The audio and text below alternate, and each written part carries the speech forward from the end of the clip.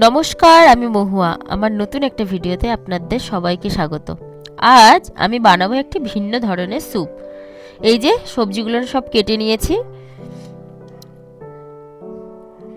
এবার কড়াটা গরম করে তাতে একটু সামান্য তেল দিয়ে প্রথমে দিয়ে দেব তার মধ্যে আদা কুচিগুলো, তারপর দিয়ে দেব পেঁয়াজ কুচি।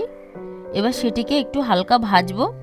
তার মধ্যে দিয়ে দেবো এক এক করে কেটে রাখা সব সবজিগুলো, সেটাকেও একটু ভালোভাবে ভেজে নেব।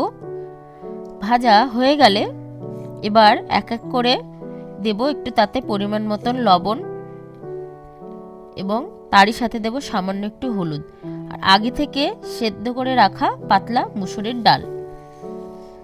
আপনারা চাইলে জলের মধ্যে ওটস পাউডারগুলোও দিতে পারেন। ভালোভাবে ফুটানোর পর নামিয়ে পরিবেশনের জন্য রেডি।